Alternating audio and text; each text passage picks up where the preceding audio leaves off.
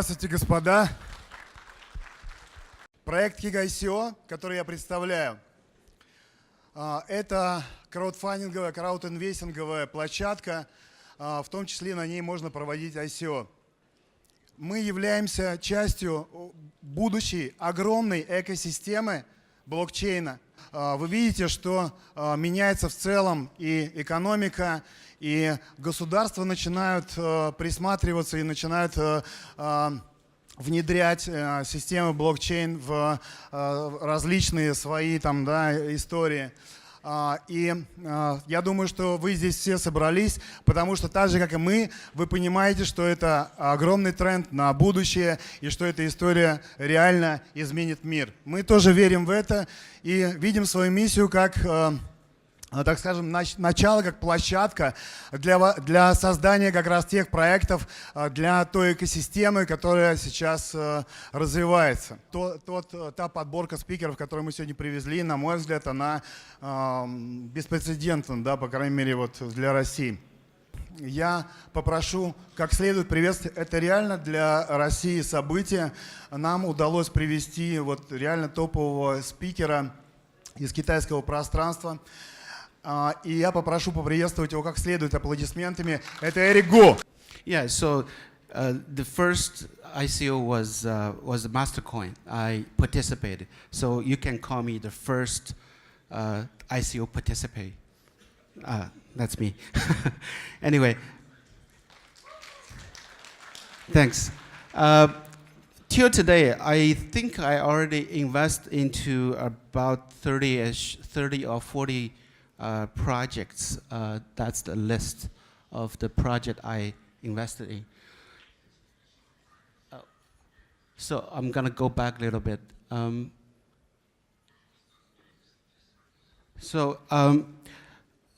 Again, I'm not gonna talk too much about ICO today. So I'm gonna talk about my other project called Metaverse and how Metaverse view the whole blockchain industry. This is how we think the whole blockchain will evolve. It actually starts with digital currency.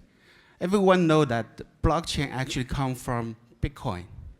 Bitcoin is a digital currency. So what else, what the other digital currencies we have? People might say Litecoins, right? And other altcoins. Is Ethereum a digital currency? I'll say no, actually. Ethereum is not a digital currency. It's actually a token of a project, right?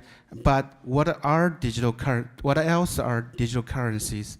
Like People's Bank of China actually thinking of develop their own digital currencies, digital CNY, and Bank of England, they already had their digital currency, their digital pound. So these are digital currencies. But next step from evolve of blockchain is verification. We call it digital verification, meaning anything on blockchain are immutable, cannot be changed. Do you want to translate it or are we fine? Okay, sure. So verification. So anything on blockchain cannot be changed. It's there, right? The second step. So what's the third? Very exciting, digital assets. So the idea is if cash, like Bitcoin, can be digitized, other assets can be digitized too. What are them? How about gold? How about silver? Can we have digital gold? Can we have digital silver? Can we have digital crude oil? Right? Those are, we call standard assets. And maybe we can digitize non-standard assets as well, including, let's say, artworks, antiques. You think? So can you think we have a piece of, maybe 1 million of a piece of art on my phone, and I can just send it to somebody else. So digital art are not standard assets. So what are the other non-standard digital assets? How about intellectual properties? Can be digitized as well. And combined with smart contract, let's say, can I lease a piece of intellectual property to somebody else for a profit, and it comes back to me 3 days later through a smart contract? Of course, you pay me Bitcoin, right? Right? So that's we call digital asset. And what else are digital assets? How about stocks? How about bonds? How about the tokens that we call ICO tokens? Okay, the last time I talk about ICO. I promise. Then the fourth step is exchange. When you have tokens, when you digitize assets, you need a place to exchange them. So digital asset exchanges, right? And what else? Digital identities. So Bitcoin has address. You guys know Bitcoin has address, right?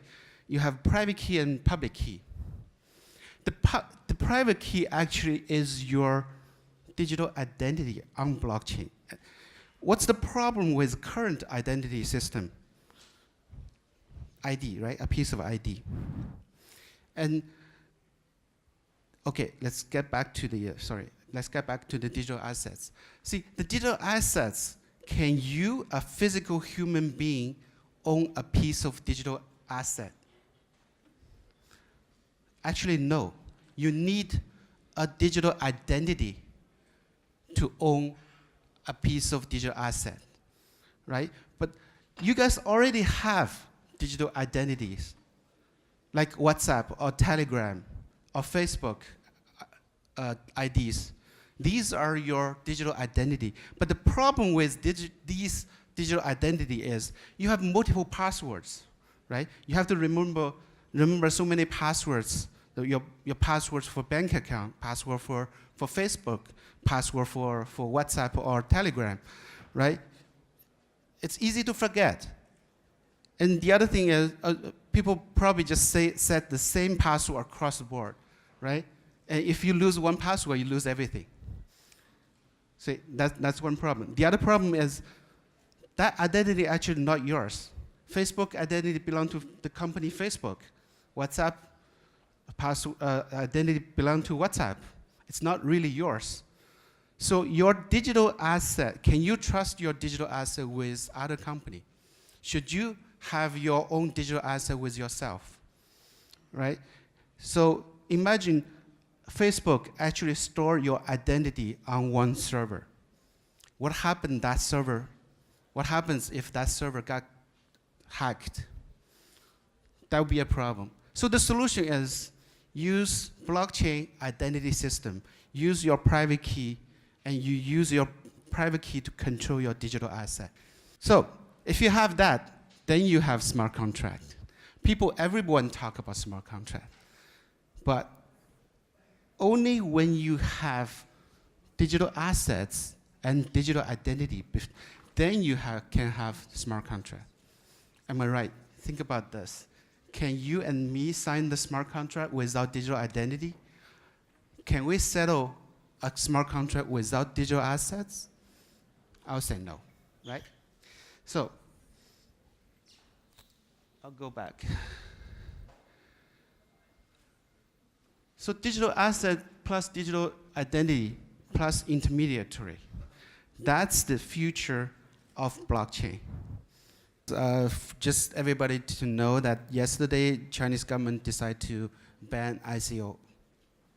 Not legal.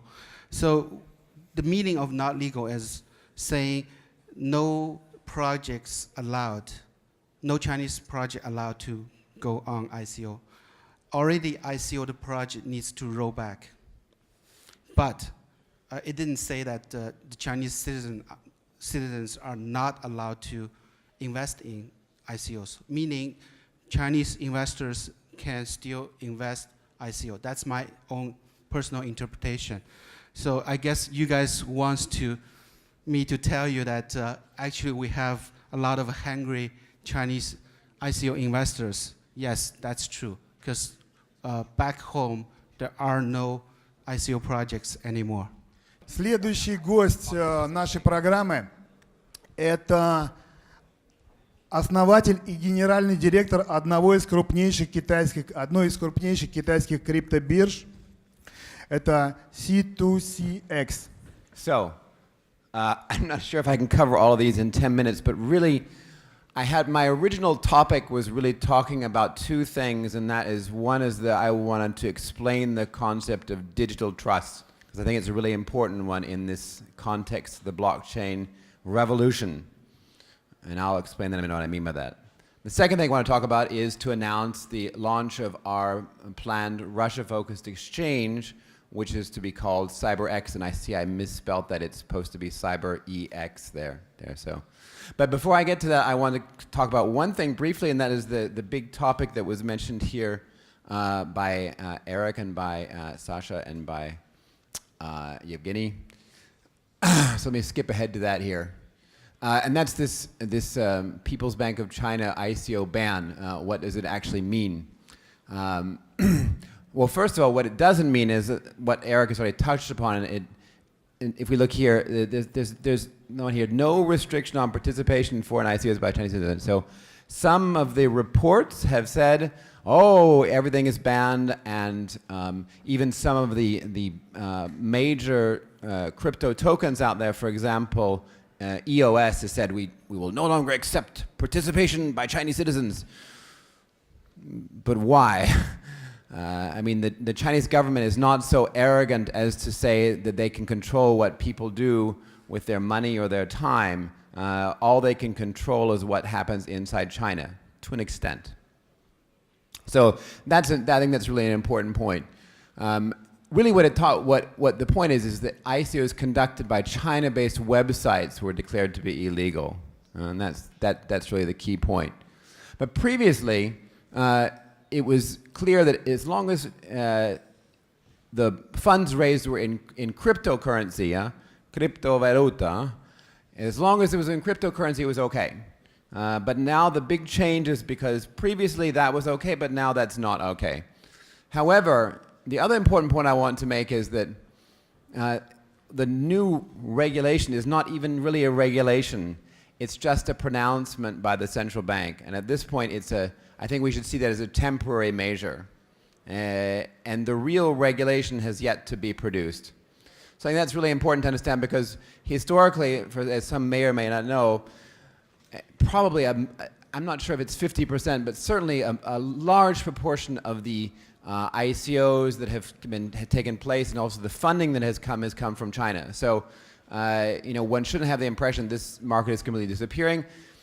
But basically, there's going to be a transition period, and we'll have to see what the new arrangements are. But my personal opinion is that the Chinese government will eventually find a way to adapt to the reality of this new revolution and find a way to integrate that into its framework. So I don't really think it's a permanent thing. So that's more or less what I'll say about that. Actually, one other thing with respect to us, the regulation that was announced really has a very, very narrow target, and I won't read it to you, this is in Chinese there, but basically it says the only banned sites are the ones that are related to token financing, so which doesn't impact us, and it's actually a very, very narrow terminology. So I think from that we can see that it was not meant to be a very broad thing. Okay, so enough said about that. So let me go back briefly about ourselves. I think really Sasha already mentioned it. Our exchange was originally launched in 2015 for our trading platform, and our public exchange was launched earlier this year in February 2017. The Chinese market is a very competitive market. There are probably over 20 exchanges in China. And because of that intense competition and the high volumes, that actually makes us an ideal breeding ground for, let's say, cutting-edge technology. And that actually, that makes it obvious that that for us the obvious way is to expand that beyond China.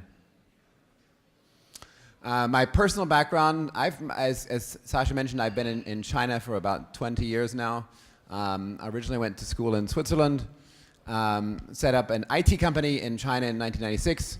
My background is sort of a combination of IT and finance, and that's probably what a lot of people have here. IT brings us together in finance, and somehow we're making it into something new, revolutionary together.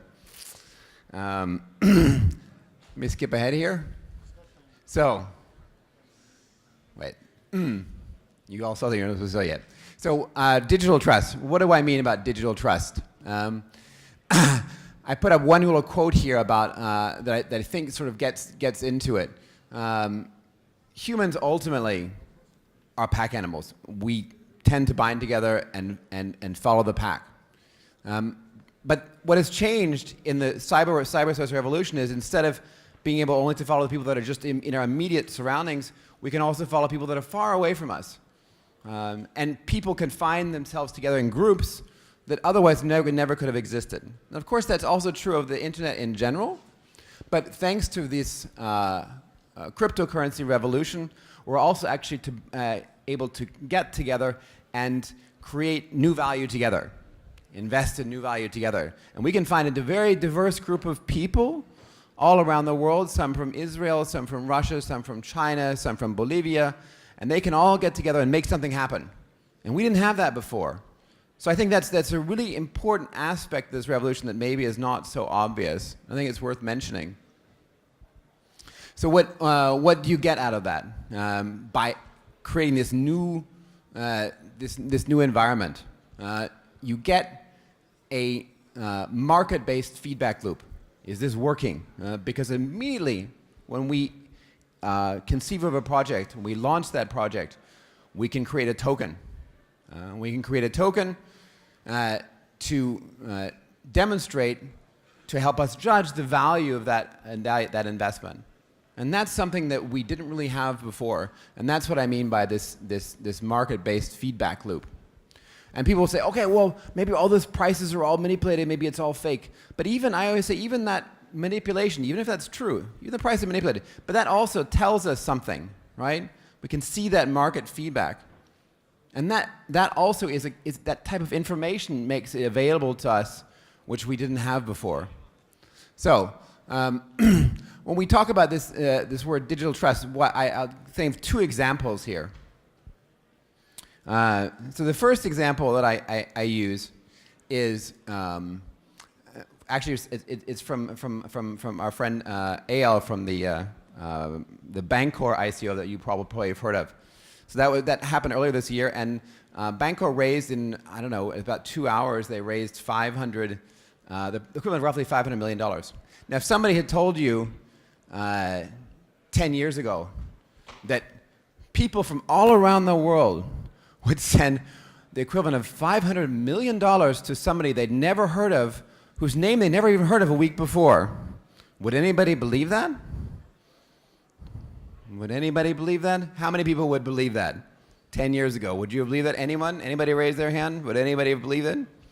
No one raised their hands. You that maybe because one? You would believe it? Okay. So we got 1. 2. But people did. People sent all that money to somebody they didn't know. And why? Because they had reason to trust them. And that's because of this web of trust that was created. Maybe you all know that this old phrase that I duck, "Nej me sto rubli, I me sto druže." Huh? Is it true? Huh? Well, I think maybe it's true, definitely for sto rubli. Huh? But how about sto dolarov? Huh? Okay, maybe also true. But I'll give you an even harder one here. How about sto bitcoinov? Huh?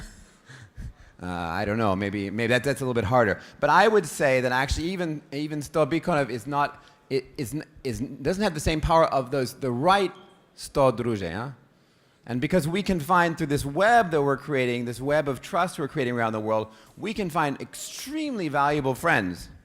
And the market that we show through these cryptocurrency markets that we set up can help us judge the value of those friends. So, what is it ultimately about, this digital trust? people talk about the Internet of Things. How many people have heard the term Internet of Things? Raise your hand, no?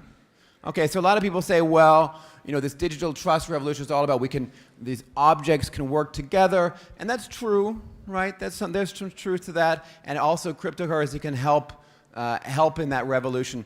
But the real revolution is not the Internet of Things, it's the Internet of people. It's the people that this brings together, right?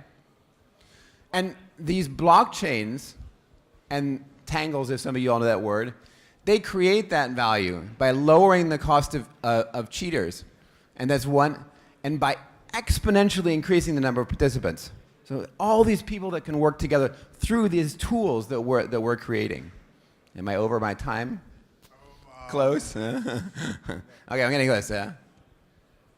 So, I should skip ahead. So, does that make sense to anybody? Did I lose? Did anybody understand what I said there? Anybody make sense? No one? A few people? Okay, well, at least that. Я так понимаю, что многие еще у них долго перевод идет, а некоторые, может быть, что-то не понимают по-английски. So why is that important for us? That is because we believe that the power of the blockchain and the cryptocurrency revolution also can help change not only China and Europe and South America, but also Russia. And we are convinced that this is the time in Russia to make that revolution happen. And to help support that, we have great teams like the Kickico team. Kickico, thanks for organizing this.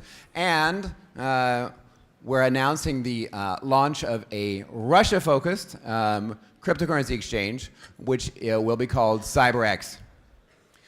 So it's scheduled to be based in Switzerland initially, but that's for regulatory reasons because we've not quite made the jump in terms of the regulation situation in Russia. But we believe firmly that the stage has been set and that this is only a matter of time and that we're in a transition period now. But that the Duma and the Russian government will eventually, hopefully in the course of this year, make the necessary changes to make this part of the Russian legal framework. And it's our intention that when that gets to that point arrives, that we can move the entire operation here into Russia. And we're doing this together with CyberTrust. And for the meanwhile, customer service will be based in Russia, but the exchange will officially be based in Switzerland. But we will have, actually, two things that are really crucial. We will have real customer service. So if any of you have used some of the exchanges out there, like I'll give the example of BTCE, which never had an address and never had a telephone number, this is a different thing. We're providing a real address, a real telephone number. You can actually reach us, and that means that you can actually trust us with large sums of money, ideally, because that's what you want in order to make this thing happen, right? Of course, we also provide advanced functionality, things like time-limited orders, take profits, stop loss. But the most important thing we're bringing to the table is we have that experience we bring from China, and we also have a very high level of liquidity that we're bringing into it. So we're bringing in $80 million worth of liquidity, so we can guarantee that our customers can execute immediately at market-based prices. And that's really the two key parts. I'll mention one other thing about decentralized exchanges. People often have thrown this out and say, oh, well, everything can be decentralized. Well, I don't really believe that. I don't think everything can be decentralized. At the end of the day, you really have to decide who you're going to trust, right? And that's also what this digital trust revolution is about. It's about helping us to decide whom to trust. And the market helps us to decide that as well. And am I going to trust Sasha? Are you going to trust me? And I often cite an essay that my friend Ayal wrote a couple of months ago. Basically, what he said was, at the end of the day, if you invest in anything, you have to decide that you trust us as a team. And if you trust us as a team, then you send us your money. And if you don't, then you shouldn't invest, right? So I'm going to say one more thing here. This is what happened. I think it was on Monday. So we had this announcement that China was banning ICOs, and there was a big panic in the market. It's, oh, sell, sell, sell, sell, sell. This was the price in China of Bitcoin Cash, right? So you see it fell down to 2,455 yuan, which is roughly equivalent to $370. Just so you know, the price right now, the last time I checked, was $640, right? So it's about, the price now is about 80% higher than what it was there. But if you wanted to get that price of $2,405 yuan, of $370, you would have to have money there on the exchange to make that purchase right then. And if you didn't have that money there, you couldn't make it. So it means you'd have to have the trust in that exchange to leave that cash there, and when the opportunity came around, you can take it. So that's what we're trying to bring to China. So that's all I have to say today. Thank you very much for your attention. Господа, следующим номером нашей программы будет предприниматель с огромным опытом финансовой истории. Я представляю нашего партнера Евгения Хата. Всем привет. У меня называется презентация криптоэкономика, монетарный ресет, но не знаю. Но на это нет времени, к черту мелочи, давайте сразу о главном. Ну давай все-таки как-то пожалуйста, как попробуем хотите. В рамках программы. Значит, CyberTrust. Что это такое, кратко, и что мы делаем, вот, о чем сказал Саша, по-простому, так сказать. Вот если посмотреть на рынок, мировой финансовый рынок, привет, Давлад. Если посмотреть на мировой финансовый рынок, то можно увидеть, что все деньги, в принципе, концентрированы у крупных институциональных инвесторов. И это не DAO, не DAO организации далеко. И у них у всех есть свой гемор, да, связанный с налоговыми последствиями, юридическим due diligence, clearing, settlement рисками, recovery of judicial enforcement, бла-бла-бла. Пошла жара. Да. И они на самом деле не могут взять и купить вот крипто. Вот вы все можете открыть счета, да, они не могут. Вот они бы хотели бы, но не могут. И сейчас у них единственная возможность, вот нам Ил очень хорошо это красиво объяснил, мы тут общались с ним, он сейчас будет выступать, я так понимаю, да, Саша? Я его не вижу. Вот. Смысл такой, что сейчас единственный способ — это пойти к Барри Силберту. Вы знаете, да, кто это? Это founder Digital Currency Group, очень известная личность. У него есть так называемый Bitcoin Investment Trust, капитализация которого составляет 1,4 миллиарда долларов сегодня. И эти люди покупают у него завернутый биткоин по цене $10 тысяч сейчас. Это прямо вот цены. То есть вы можете сами пойти на рынок, посмотреть, это безумие какое-то. Премия составляет 110% за, в принципе, биткоин. То есть он его берет там и продает им там в виде фонда. Мы CyberTrust запускаем платформу секьюритизации, которая будет делать то же самое, только сделать токен, который даст возможность всем это делать. Но смысл такой, что инвесторы, они не могут просто купить. И мы считаем, что вот криптоноты — это действительно такой инструмент, который помогает им, в принципе, просто зайти на рынок. Вот просто такой вот простой инструмент. Почему? Потому что у него есть там несколько свойств, которые нету у биткоина. Да? То есть эти люди, они покупают биткоин или этериум как store of value. Такой у них концепт, это типа сберегательная способность денег. То есть вот для них это ключевой такой аспект. И крипто действительно имеет очень интересные свойства, но так как у них нету так называемого простого title rights, то есть клейма, да, на собственность, которую они могут аудировать, коллатерализировать. Вторая проблема в том, что работая через Bitfinex и Kraken, там вы сами знаете, какие clearing settlement риски, вот, мы им помогаем все это решить. Ну, это кратко. Теперь по поводу криптоэкономики. В чем смысл? Смысл в том, что последние 250 лет было создано огромное количество денег за счет производительности труда. И было 5 витков. Вот реально было 5 таких ключевых витков. Сейчас вот они здесь. Ну, сейчас к виткам придем. Все говорят, что биткоин переоценен. Вот мы давали интервью, они все говорят: о, это такой пузырь. Блин, это не пузырь. Вообще люди должны сравнить. Вот это биткоин. Amazon в 10 раз больше биткоина. В 10. Получается, да? Amazon переоценен? Я просто статистику говорю. Вот если посмотреть капитализацию NASDAQ в 99 году, я очень хорошо помню, я работал в Salomon Brothers, она была 5,3 триллиона долларов в пике. 5,3 триллиона. Сейчас, вы знаете, капитализация макрокэп, вот это на CoinMarketCap, там 150 миллиардов меньше, да? То есть это 30 раз.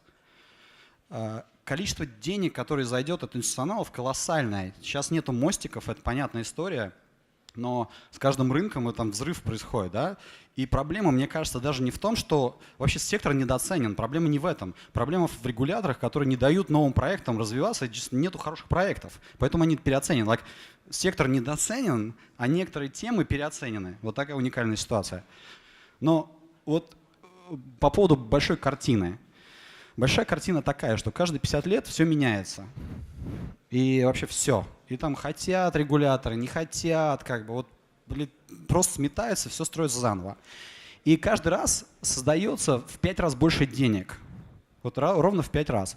Вот первый раз это был текстиль, англичане очень хорошо выступили, 190 миллиардов было создано, очень много денег, вылетели уровень жизни, они стали жить лучше всех в Европе.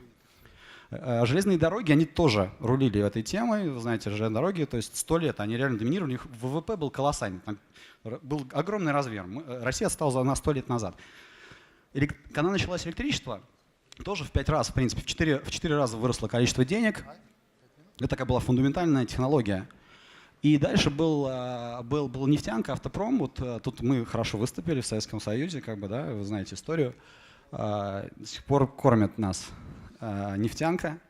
Вот. А микрочип мы просрали. 1970 год начался, вообще просто его прошло мимо.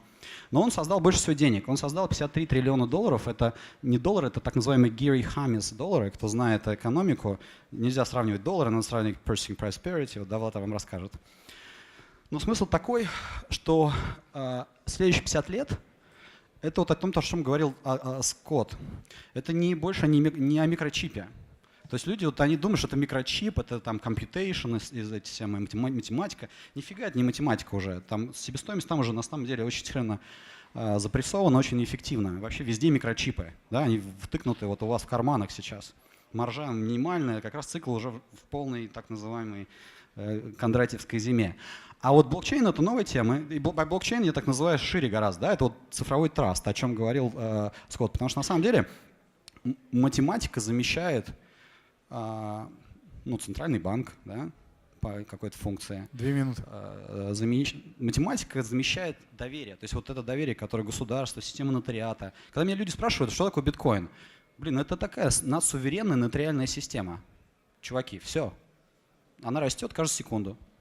И хрен два ее хакнешь, ее все знают. Стоит покупать-то? Ну, я думаю, так как это в 10 раз дешевле, чем Facebook, да. Потому что это самая раскрученная тема, как бы, да, то есть спрос, предложение мне понятное. Но смысл такой, что те, кто будут это регулировать, вот смотрите, были всегда эти регуляторы в этой истории, они все там, они говорили, железные дороги — это ужасная штука. 300 тысяч бурлаков погибнет, останется без работы. И автомобиль — это очень вообще от дьявола, электричество — вообще трэш. И зеркало тоже было в начале от дьявола. Ну, блокчейн тоже плохо, и... это плохо. То есть это надо просто думать, как регулировать, чуваки. Да? Вот им так надо сказать, как бы. Но если они опять этот момент упустят, у них так 5 лет есть. У любого правительства, в принципе. Потому что конкурировать с Кока-Колами, Джонсон & Джонсонами нереально в предыдущих эпохах. Но можно создать новые Waves, Ethereum, биткоин, кэши и другие форки. К сожалению, время у нас биткоина. Нас ждут следующие спикеры. Да, знаете, кто это? Это кто? Это Анастасия Мыскина. Поприветствуем. Мы хотели рассказать по блокчейн-технологии для объединения совершенно разных групп агентов на рынке. В первую очередь мы, как спортивное агентство, хотим объединить фанатов, игроков и рекламодателей. То, что на самом деле до сих пор не удавалось сделать ни одному агентству. Каким образом мы используем эту технологию для того, чтобы усилить и взаимодействие между фанатами, рекламодателями и спортсменами? Давайте коротко по поводу того, что такое теннис. Очень многие на самом деле недооценивают ту аудиторию любителей, болельщиков и интересующихся этим видом спорта, потому что это номер один вид спорта среди некомандных видов. Во-вторых, это 1 миллиард поклонников тенниса во всем мире. И я думаю, что мы решаем нашим первым проектом очень амбициозную задачу для того, чтобы привлечь всю эту аудиторию или большую ее часть в мир блокчейна, в мир криптовалюты для того, чтобы увеличить комьюнити. Это ежегодно растущая аудитория, то есть она растет на 5-6% ежегодно. При этом это очень вовлеченная аудитория.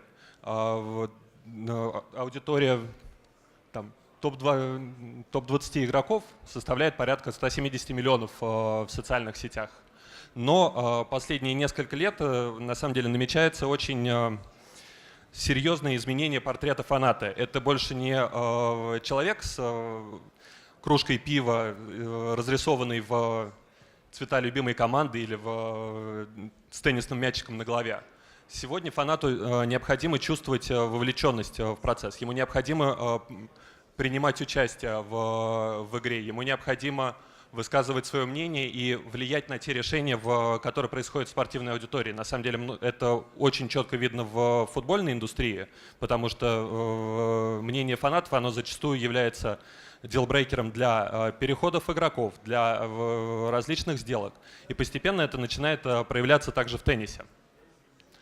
И мы понимаем, что фанаты очень активно и очень быстро воспринимают все новые технологии, которые появляются на рынке, которые внедряют производители игр, онлайн-вещателя, рекламодателя. То есть за счет общения со звездами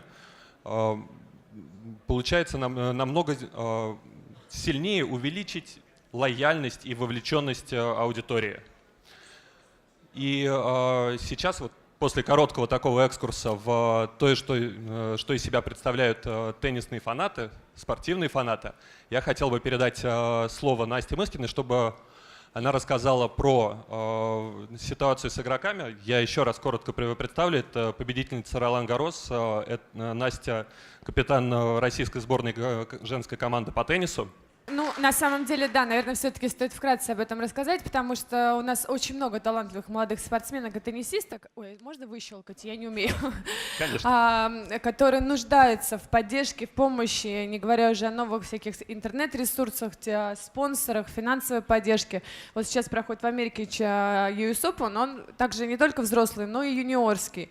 У нас девочка вчера обыграла первую си, ну, то есть это очень хороший результат. Но о ней, естественно, никто не слышал, потому что у нас нет никакой совершенно поддержки, как мы уже говорили, в лице вот даже тех же интернет каких-то спортивных изданий. Поэтому мы очень, конечно же, надеемся, и вот спасибо агентству TokenStars, которое вышло на нас, на нашу федерацию, с которым мы сейчас начинаем сотрудничество такое плодотворное, которое, надеюсь, нам очень сильно поможет, чтобы в дальнейшем у наших спортсменов, конечно, была большая площадка для развития. Мы говорим там о теннисных результатах, плюс какие-то рекламные контракты, которые очень будут помогать нашим спортсменам развиваться, так как теннис все-таки вид спорта, который идет на самоокупаемости, то есть спортсмен платит сам за себя. Это не командные виды спорта, футбол, хоккей, где там есть какой-то спонсор, который все оплачивает. Теннисисты, помимо того, что они зарабатывают, они очень много денег тратят на то, чтобы, опять же, повторюсь, тренироваться, брать тренера на работу, дальше это какие-то медицинские услуги, физическая подготовка. Поэтому, конечно же, безусловно, теннис — это очень дорогой вид спорта, в котором и мы очень нуждаемся в этой финансовой поддержке. Также, конечно же, переход юниоров во взрослый теннис происходит и протекает очень сложно, так как, опять же, одно дело, когда ты маленькая девочка или там маленький мальчик, а потом вдруг неожиданно на тебя сваливается огромная ответственность, и тут, опять же, возникает много вопросов, которые мы хотим, чтобы, опять же, благодаря разным агентствам, в том числе и TokenStars, нам помогало преодолевать эти барьеры, и наши спортсмены стали там самыми лучшими, пусть это банально, но тем не менее мы к этому очень сильно стремимся. Наверное, конечно, то, что мы говорили, самые большие расходы, вот я еще раз повторюсь, у нас на перелеты очень сильные, на всякого рода академии, в которых тренируются наши спортсмены. Мы все-таки хотим, чтобы наши спортсмены тренировались в нашей стране, чтобы мы привлекали наши финансовые именно к нам на базу, и тогда я думаю, что не только я здесь буду стоять на сцене. И мы будем в этом помогать. Смотрите, мы решаем на самом деле 4 основных задачи отрасли. Во-первых, мы помогаем игрокам с финансированием и с поиском спонсоров. Мы помогаем рекламодателям найти нужных игроков и нужные каналы для взаимодействия со своей аудиторией, а также мы, что на самом деле является уникальной возможностью, мы даем миллионам фанатов возможность общаться и взаимодействовать со звездами. Это наши 4 основных отличительных качества, которые на самом деле стало возможно объединить на одной платформе благодаря блокчейну. Основные отличия, которые дает блокчейн, это, во-первых, глобальный масштаб по сравнению с локальными особенностями, которые есть у агентства, традиционных агентств. Во-вторых, мы используем очень большую сеть скаутов, которые присутствуют на рынке. Это могут быть детские тренеры, это могут быть родители, для того, чтобы найти самых талантливых и самых потенциальных перспективных теннисистов. И на самом деле очень важной особенностью является то, что мы позволим нашим токен-холдерам, для которых мы сейчас проводим токен-сейл, возможность взаимодействовать со спортсменами, которые подписывают контракты. Кстати говоря, вы знаете такой проект «Банкор»? Поднимите руки, кто знает. Ну окей, первые ряды, видимо, на первые ряды такие сели более информированные, банкористые, да, банкористые люди. Это проект, который буквально несколько месяцев назад собрал $153 миллиона. Я не буду про него рассказывать сейчас, об этом проекте расскажет сам его основатель. Почему любой может создавать свои деньги, и они будут чего-то стоить. Вот это мне тоже интересно послушать. Итак, встречаем Эл Герцог. I have to tell you, it's beautiful to see how big blockchain conferences are in Russia. It's like the interest here is so high, and it's wonderful to see. It's my second time in Russia in the last month. I think there's a wonderful scenes that is happening, and I've been in the blockchain space in the last 6 years. I first found about Bitcoin in 2011. I immediately decided to devote my future career to this innovation. And I could not really explain at that time why. It was more like an intuition of this is something great, there's something amazing here. And as the years went by, I started to better and better be able to articulate what is it in the blockchain that makes it so revolutionary. And I would like to share some of my thoughts about it with you right now. So the first thing that I like to remind anyone is that we're talking about technology. We've been using technology since forever. One of the most ancient technologies that really help us evolve as a species, as a society, is writing and currency. Those are two very important technologies that we started to use. And the reason is that as human, we have standard protocols between each other. One is to transfer information, and the other one is to transfer value or labor. Value usually represent labor. And we do that all the time with each other. So if you go to another country, if you have the currency and you know the language, you're okay. But if you miss one of them, you're in a problem. Because this is how we collaborate with each other. This is how we transfer information to each other. Now, the internet was all about democratizing information publishing or transfer, making it as simple to anyone to publish whatever he wants to the entire world. Before that, you had the printing press as a solution, as a technological solution to publish text or information. Before that, you had to write it by hand. It was even more expensive. And as we move forward in technology, we made it simpler and simpler until anyone can do it with a zero cost. Now with currencies, we saw the same process happening. So in the beginning of time, we just used currencies that were commodities, like gold and silver and stuff like that. After that, kings and queens started to do coins, mint coins. And using those coins, people, the economies work, and this is how they control the economies.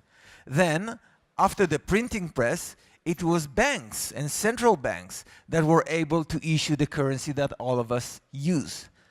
And blockchain is the first time in history that anyone can issue a currency which is unstoppable, permissionless, cannot be censored, cannot be stopped. It's decentralized. It does not have a center. And it's the first time in history that technology enabled to do that. And now the question is, how would we use that? What would be the application? So the first application was Bitcoin. And Bitcoin was a very volatile currency. It was something that is complicated for people to understand. However, because it was permissionless, because anyone can use it, they started to use Bitcoin for the stuff that is not permitted. So a lot of things that are not permitted, like buying things that are not always legal in your area, or maybe gambling if it's not possible with credit card, or even storing funds that you don't want anyone to know about. So those kind of things are were being used in the beginning with Bitcoin. And that was the killer app. That was the reason for many people to use it.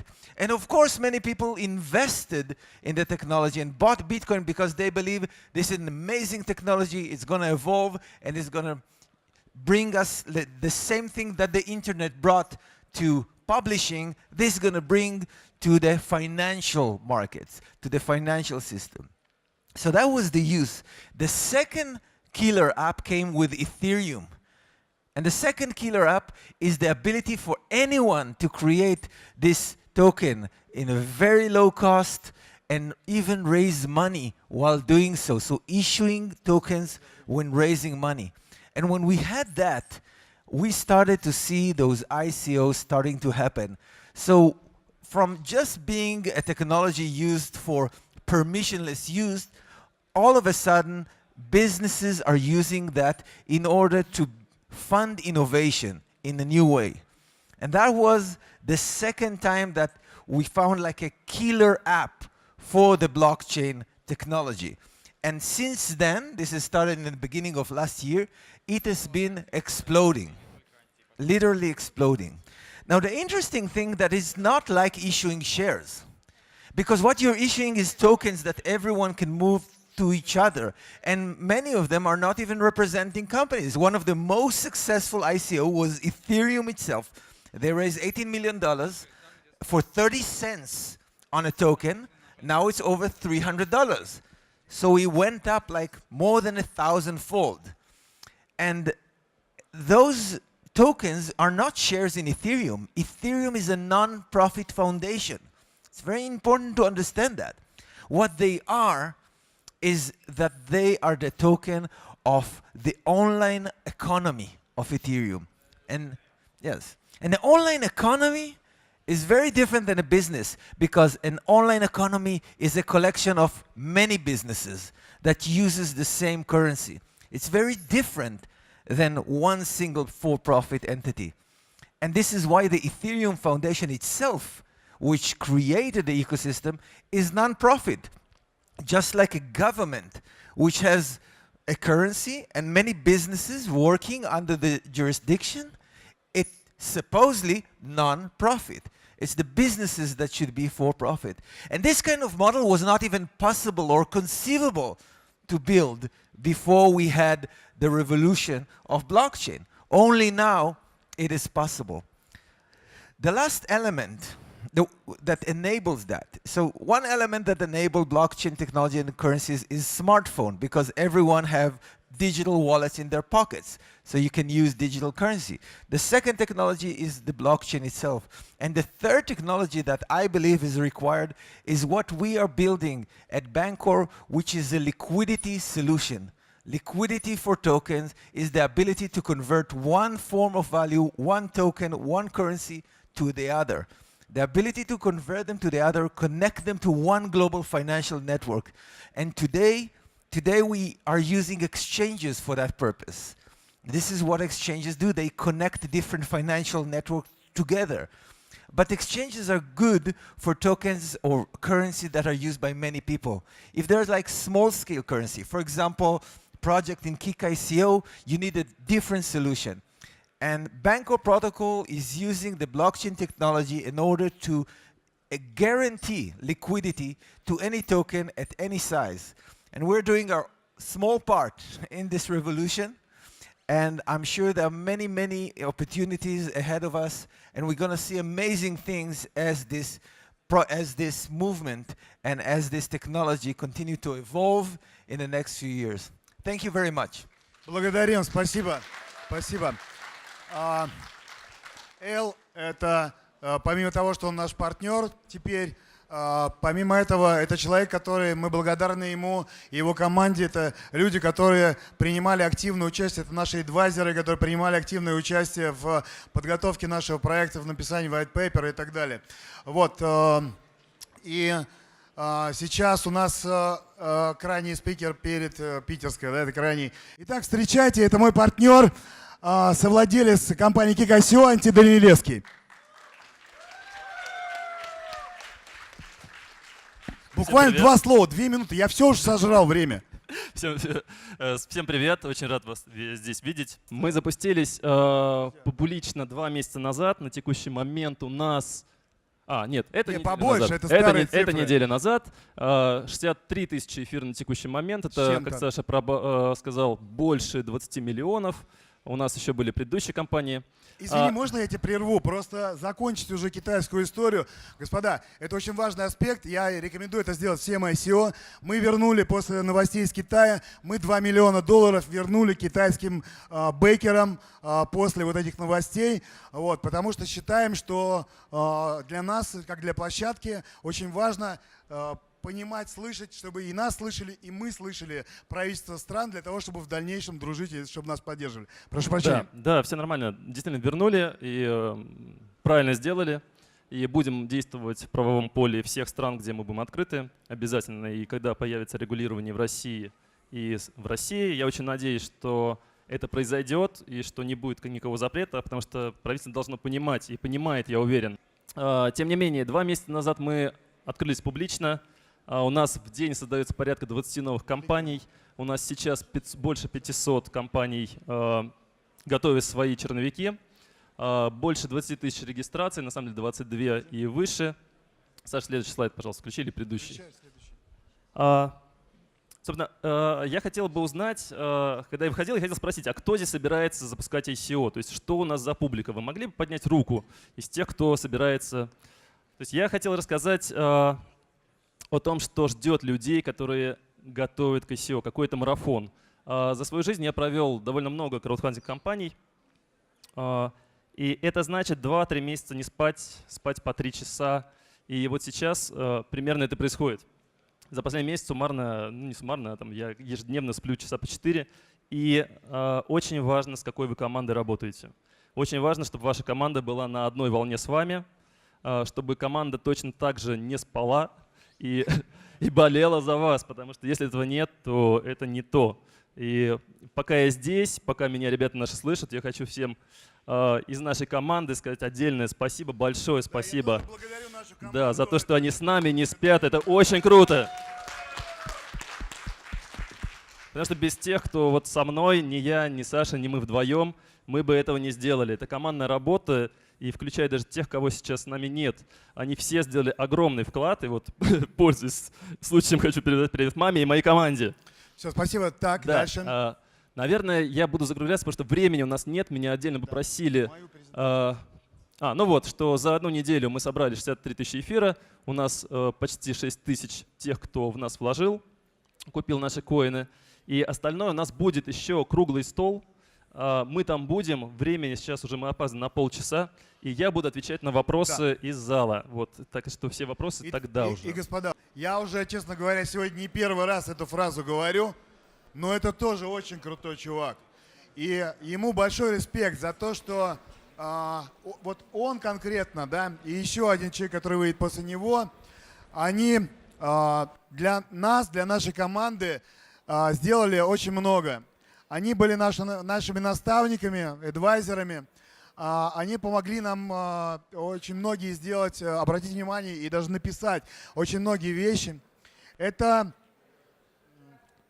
экономист, основатель компании Itacash, которая занимается локальными валютами в Америке. Ну, я уже сказал, что он работает с Kickico.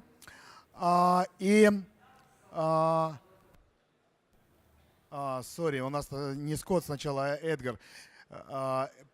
Сори, извините, друзья. Перемотаем обратно. Основатель Kickico. Человек, который 20 лет занимается локальными валютами. Советник адвайзера, как все, как я уже сказал. И это Эдгар Камперс. Попросим его на сцену. Давайте похлопаем, чтобы какая-то жизнь вообще появилась. Thank you. So, very welcome to probably the last bit of our day, I think, of our evening. We will have 2 short presentations, and after that we will have a panel discussion with several of the speakers that you saw today.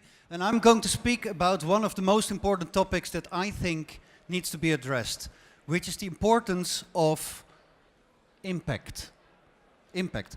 Blockchain, very often invented by young kids, quite intelligent, almost always guys, I mean, every speaker has been male up here, which is, I think, a pity. And we miss out totally the vision, the way of looking at the world of females and of the elderly and of people who are not very techy. And I think that we need to do exactly that. So we are going to show you an insight of a world which is slightly different, where we used, for example, something which we call co-creation, where we include people from the municipality, from host social housing, from hospitals, from care organizations, end users, of course, the people delivering it, experts, they're all there, in processes of several days where we create currencies that have a real impact in the lives of people. So we use a framework to do that. It's called the Coin Implementation Framework, and it's a framework that you can find on the internet in many, many places. The unique part is in the second thing. But where we always start is with bringing everybody around the table and discussing about what do we want to do, how do we want to do it, who should be involved, what are the short-term, mid-term and long-term effects, how can we measure if we ever make them, and how are we going to prove to the rest of the world that we have impact. And last step, what do we learn from it? Do we learn so much that we can use that in the next step? All right? This is not always easy. This can be anything from 10 people in the room to sometimes 70 or 100. By doing that, you get a lot of insight and a lot of input, but it becomes very, very rich. This is an example. I'm not going to speak about this at all, but this is a social currency that we created for a small town in the south of the Netherlands, 25,000 people, where we calculated the effects for the short-term, mid-term and long-term for all the user groups involved, for the local shops, for the municipality, for the waste company, and also for the care organization. And we calculated exactly what it should be, when we are happy, and what we are going to do with the type of feedback that we get. All right. So let me go back to this framework, because it always starts with why are we doing this? You will see a lot of technical accomplishments, a lot of blockchain startups that don't think at all about why do we do this. They might have a very weak why, like we like trustless, or it should be nice if, or whatever, but it's not thought through. It's the impact that they like to reach is not thought through. I give you the example again of this project in the south of the Netherlands. We want to create a situation where the elderly in town are less lonely, where they go less to the doctor because they are lonely, where the community takes more care of them. All right, that's an impact. You can measure that. That means that you need to know who your end users are. You need to know who your partners are that you are going to do it with. And because we need to be legal, you also need to know who the other stakeholders are. Financial authorities, tax authorities, and a lot of others that might have an idea on this one. And you're going to research that in detail. And for each of the partners and for each of the end user groups, you create what we call a value proposition. Why would they become part of this? Why would they join? I think it's clear. The what? The specific elements that create a currency model. So when we, for the first time, came into contact with Bitcoin, we were surprised by the simplicity of the monetary model, because it didn't deliver any impact. It proved the technique though. So yes, there was impact, it proved the technique, and we start to use the technique in many, many places, and you saw a lot of examples in how you can use this technique in a much better way. Kickico is of course the example for tonight, not the only one, but one of the examples. So we decomposed money in all the different functions that you have. We found around 20, not the 3 that you learn in your textbook, but 20.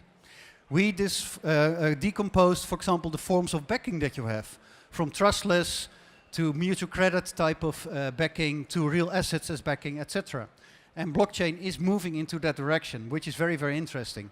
So in total, we will find around 100 small things that you can program, that you can change, and that decide if it's going to the left or to the right or to the middle.